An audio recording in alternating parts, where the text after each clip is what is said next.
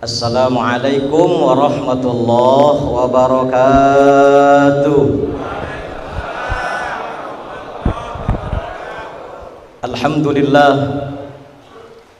alhamdulillahilladzi bi ni'matihi tatimmus shalihat. Alhamdulillah, alhamdulillahilladzi arsala rahmatan lil alamin basyiran wa nadhiran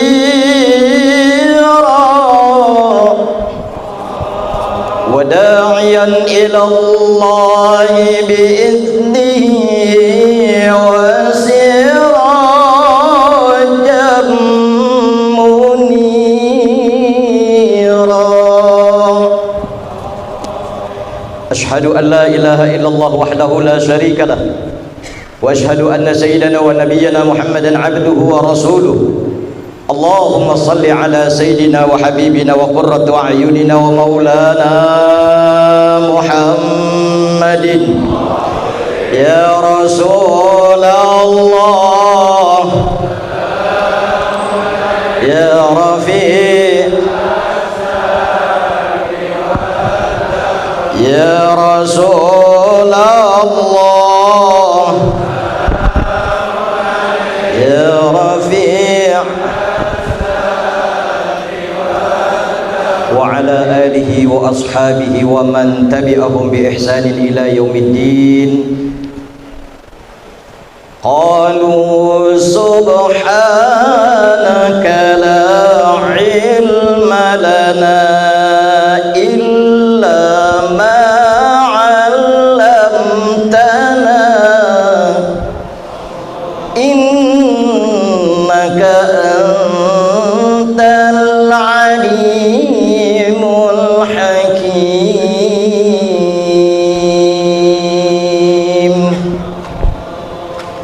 Fa innal asdaqal hadits kitabullah wa khairul hadi hadi nabiyina Muhammadin sallallahu alaihi wasallam wa syarrul umur muhdatsatuha wa kullu muhdatsatin bid'ah wa kullu bid'atin dhalalah wa kullu dhalalatin finnar. Shadaqallahu maulana al-azim.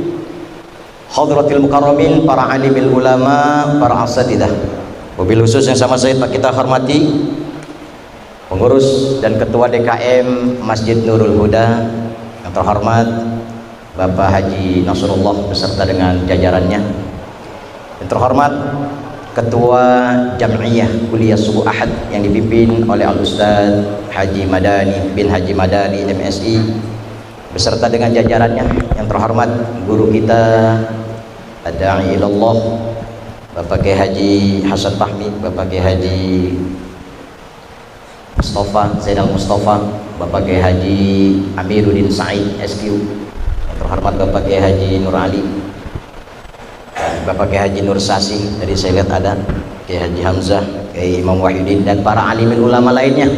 Kalau saya absen waktunya kagak kekejar nanti karena waktunya singkat. Para alimul ulama, para asatidzah, para tokoh masyarakat, hadirin dan hadirat yang mudah-mudahan kita dirahmati oleh Allah Subhanahu wa taala. Dalam kesempatan yang baik ini saya coba akan menyampaikan, kalau pakai temanya luar biasa, hubungan musibah atau hubungan derajat dengan musibah. Singkat saja saya sampaikan, Amirul Mukminin Umar ibnul Khattab radhiyallahu anhu. Karena tadi disebutin Amirul Mukminin Umar bin Khattab, ingat saya dalam sebuah makalah Amirul Mukminin Umar ibnul Khattab menyampaikan, wallahi mabtalitu bibaliyatin illa kana lillahi alayya arba'u na'amin. Bisa na'amin, ni'amin.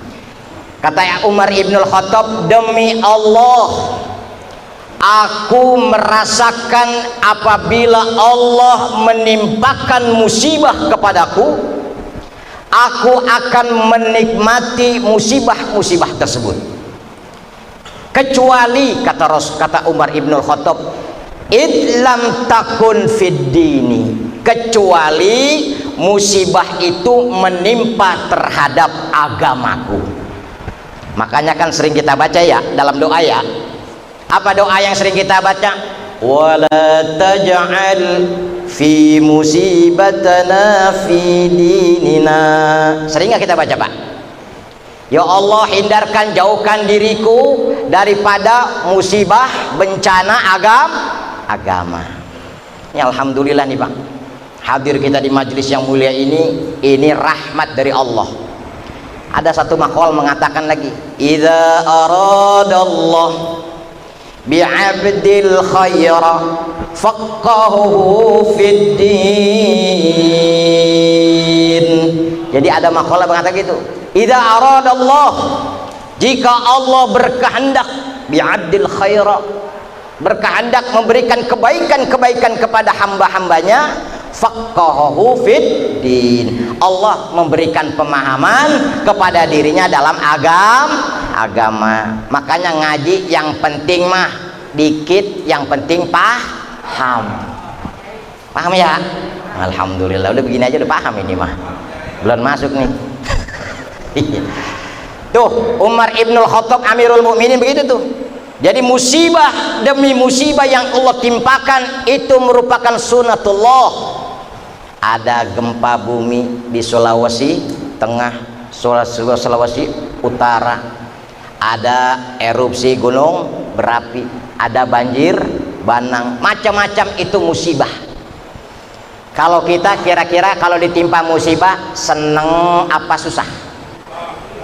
Kalau sebelah sini kira-kira kalau kita ditimpa musibah seneng apa susah? Susah. Yang barisan tengah kalau ditimpa musibah seneng apa susah? Susah. Belah bar ini, belah budik, kalau ditimpa musibah seneng apa susah? Susah, belum ngaji. Pada hakikatnya kalau kita ditimpa musibah oleh Allah, kita mestinya seneng. Masya Allah, makanya temanya tuh bagus banget tuh, ada hubungan musibah dengan derajat mulia, makanya derajatnya mulia. Kalau ditimpa musibah jangan nyesel, jangan sedih, itu udah sunatullah. Buka ntar Al-Quran, surat kedua ayat 155. Ada yang bawa Quran, pegang Qurannya. Kagak pegang Ustaz, megangnya handphone. Nggak apa-apa, di handphone kan ada Qurannya, bukan mushaf. Yuk buka ngaji, kita ngaji sebentar. Dalam Al-Quran surat kedua, surat apa tuh? Al-Baqarah ayat 155. Walan nabluwannakum bisyai'im minal khawfi wal ju'i wa naqsim minal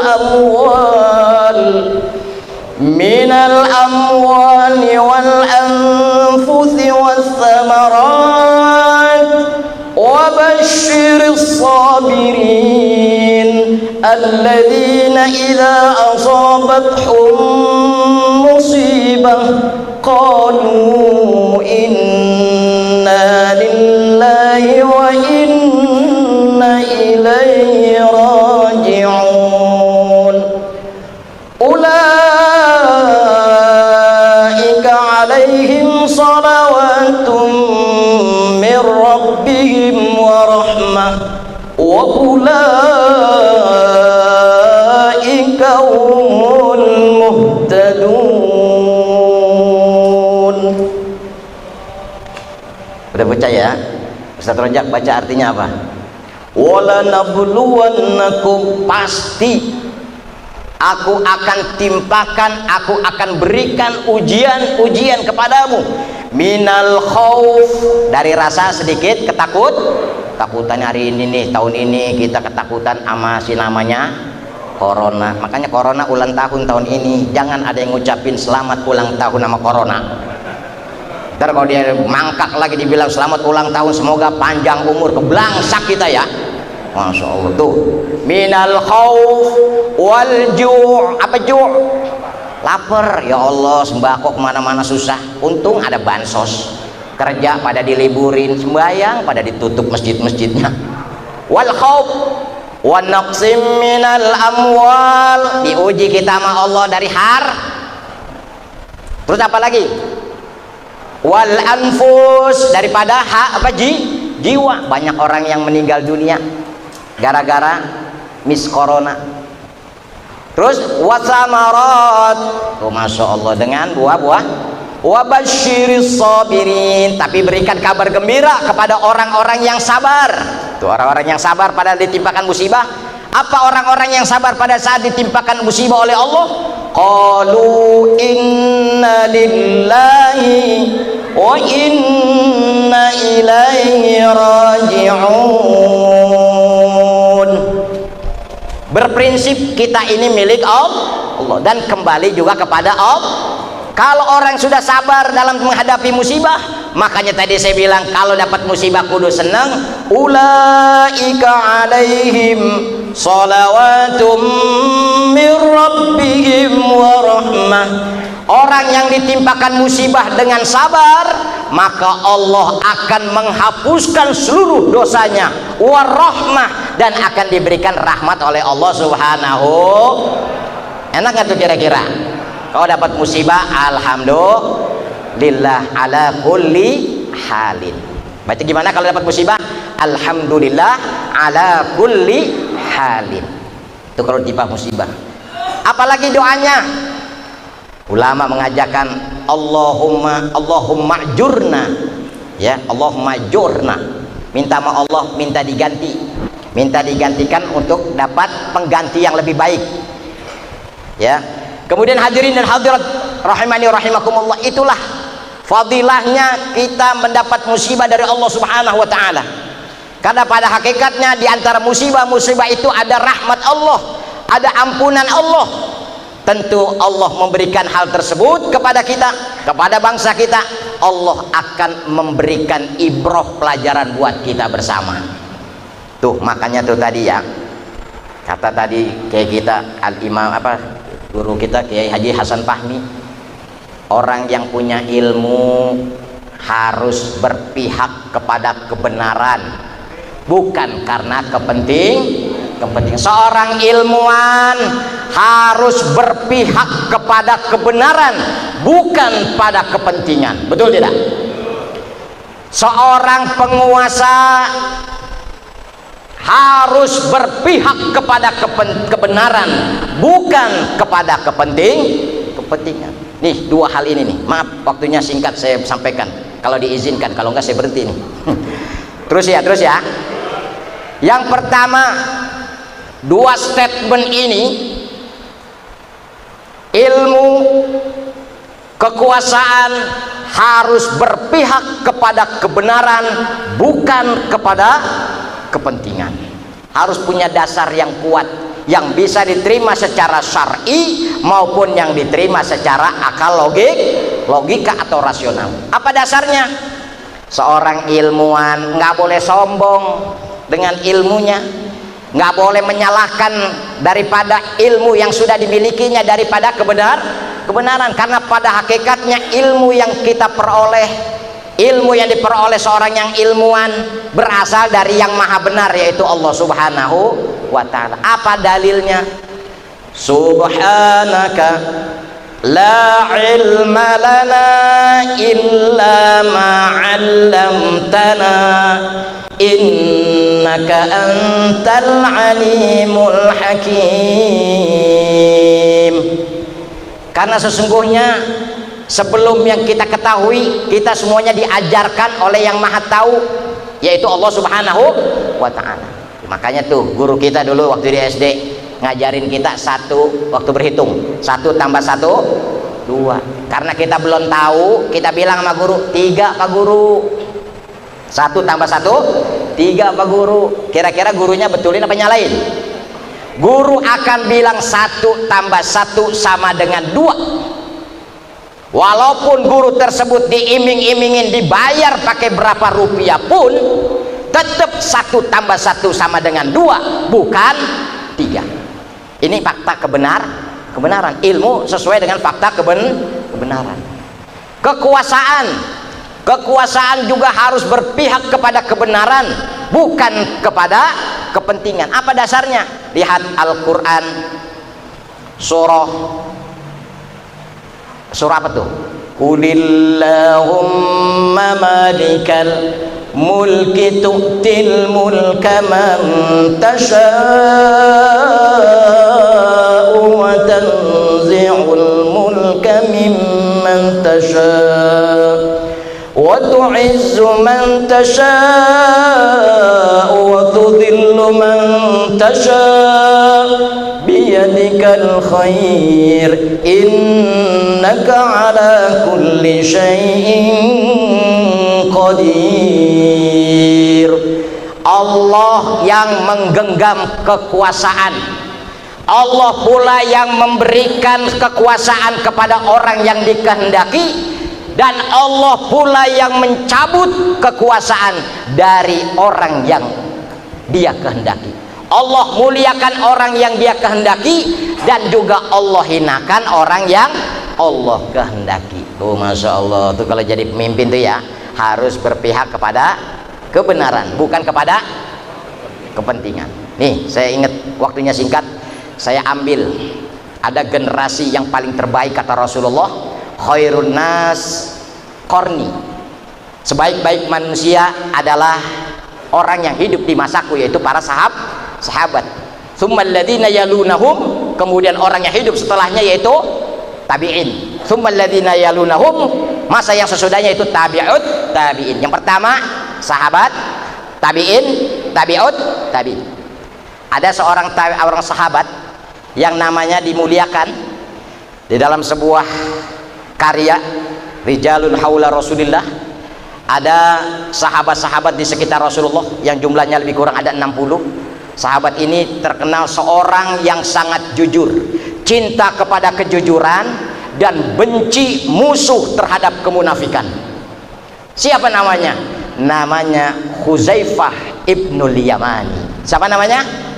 Huzaifah ibnul Yamani. Orangnya sederhana, kendaraannya keledai, joknya, alas duduknya dari keledai, di atas keledai itu bahan yang sudah rapuh, pakaiannya tambel-tambelan, dan di tangannya yang berciri khas daripada Huzaifah ibnul Yamani, di tangan kanannya selalu pegang roti tawar, di sebelah kirinya megang garam. Hei, sebelah kanan megang apa?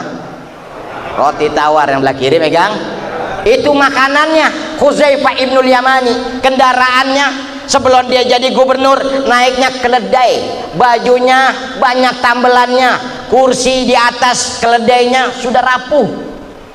Tuh hebat Huzaifah ibnul Yamani, sahabat yang sangat dikagumin masyarakat Madain pada saat itu.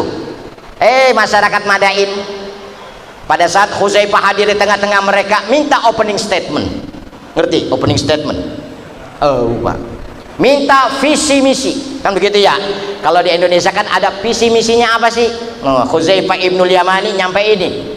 Visi misi Huzaifah ibnul Yamani tertera dalam Al-Quran surat An-Nisa ayat 58. Innallaha ya'murukum an tu'addul amanati ila ahliha fa idza hakamtum bainan nasi an tahkumu bil adl.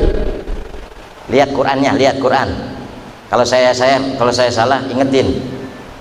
Quran surat An-Nisa ayat 58 kalau nggak salah.